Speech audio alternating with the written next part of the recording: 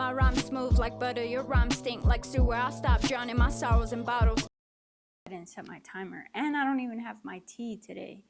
So it's literally, it's 5:20 p.m. and we're kind of running and gunning because I have the DoorDash person coming in. I'm not supposed to be ordering DoorDash, but I did. It's mad crazy, like windy outside. Like y'all can't see, but I'll put a shot of just how crazy windy it is and dusty. I live in the desert, so it's just a whole bunch of dirt and sand, like just everywhere. It's crazy. The past like 2-3 weeks, we've had like a couple days that are like this, like very dusty and just ugly. Can't even see the mountain. Normally from my apartment, you can see the mountain. I live like literally right here. No, you can't see it. Like it's gone right now. Like it's completely lost in the dust. Anyway, so we're running and gunning right now, waiting for my DoorDash. I don't have tea.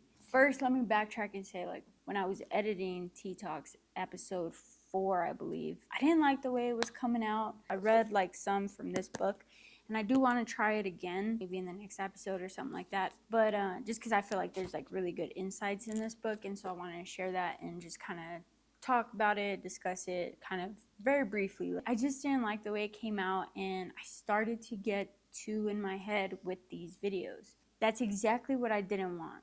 I didn't want to overthink topics like video ideas. I didn't want to make Tea Talks a thing where like there's a whole lot of prep work that goes into it, and editing takes a whole long time and all this stuff. Like 3 episodes in, and I was already starting to get too in my head with this thing. And what I want this to be really is like super casual. I want to put in a lot of repetitions of just kind of just going with it and like not overthinking too much, not overthinking too much, and just really shortening that execution time and like just being consistent with publishing. And so even if I sound like I rambled, even if I don't make sense, like I need to just go ahead and post it because that's how I'm gonna learn, that's how I'm gonna get better.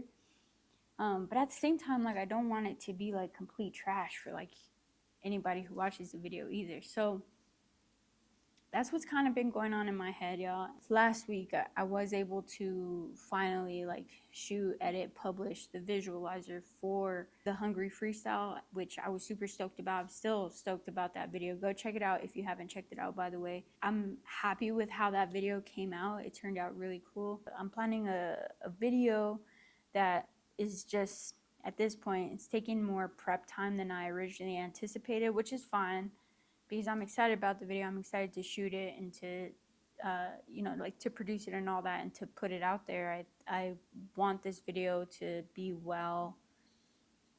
I want to give this video the attention it needs on the front end, and really through the whole process, so that it just comes out good. Like this is a video that I want to be more intentional about. I've just been kind of chewing on that, getting all that work, back end work kind of prepped and ready for that. But at the same time, when I get home from work, I'm a video editor, right? I get home from work, I'm trying to build my own content up. I'm trying to do my own stuff, music, the videos, all that stuff. But when I get home from work after a day of literally being creative, like this is the one thing that kind of bugs me. Sometimes I can't help but feel like I give my job my best creative energy, because when I get home from work, I'm tired, I'm exhausted mentally. Like I don't have the capacity, at least what I tell myself and what I truly do feel is like I don't feel like I have the capacity to like create more. Sometimes I do, but not every day. And so it's just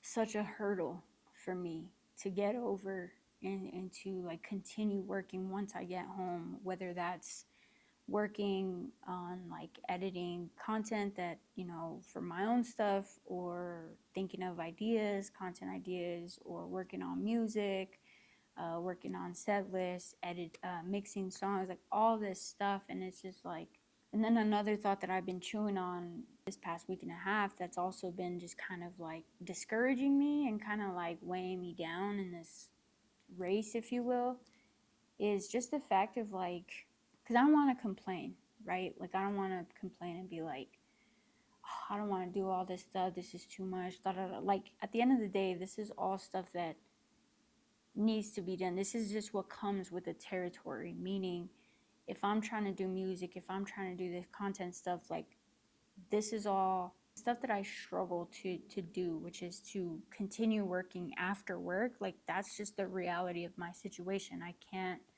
not work right now. And so I have to wrestle with feeling like what I said earlier of like giving all my best creative energy for my job, and then get home and then try to just work off the fumes that are left. And sometimes I do feel like I can catch myself kind of getting bitter about that, or like resentful, but I always kind of just bring myself back to like, no, like I can't be bitter about it. I can't be resentful because I enjoy what I do. I enjoy my work. I have fun. I'm glad that I can do work that's still within this field, and I learn a lot while I'm at work.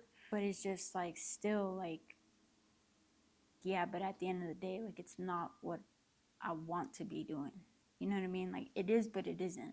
Because what I really want to be doing is my own stuff. So that it doesn't feel anymore like my best creative energy is going to somebody else, to building somebody else's company, somebody else's brand, but I can take it back for myself and use it to build my thing.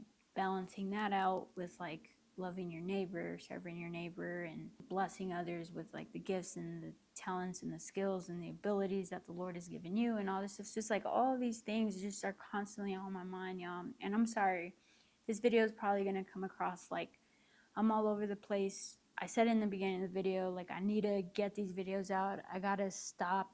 I think my DoorDasher is here too. So I got 3 minutes. I didn't even set the freaking focus, y'all. So I might be out of focus this whole time. Hold on.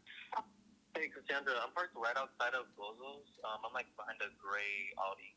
Oh, cool. Okay, I'm headed right down. Like right in front of the Fab Lab. Okay, cool. Thanks. Yeah, so I literally got 2 minutes and 50 seconds left. I don't want to keep this guy waiting. I'm going to upload this video. It might be trash. It might sound horrible. It might not make sense. I don't even have my tea. I didn't even check my focus. Exposure's off. It's dusty. My DoorDash is waiting. What's going on? It's crazy. No, but if you made it this far, I appreciate y'all watching. I'm going to go get this Chick-fil-A.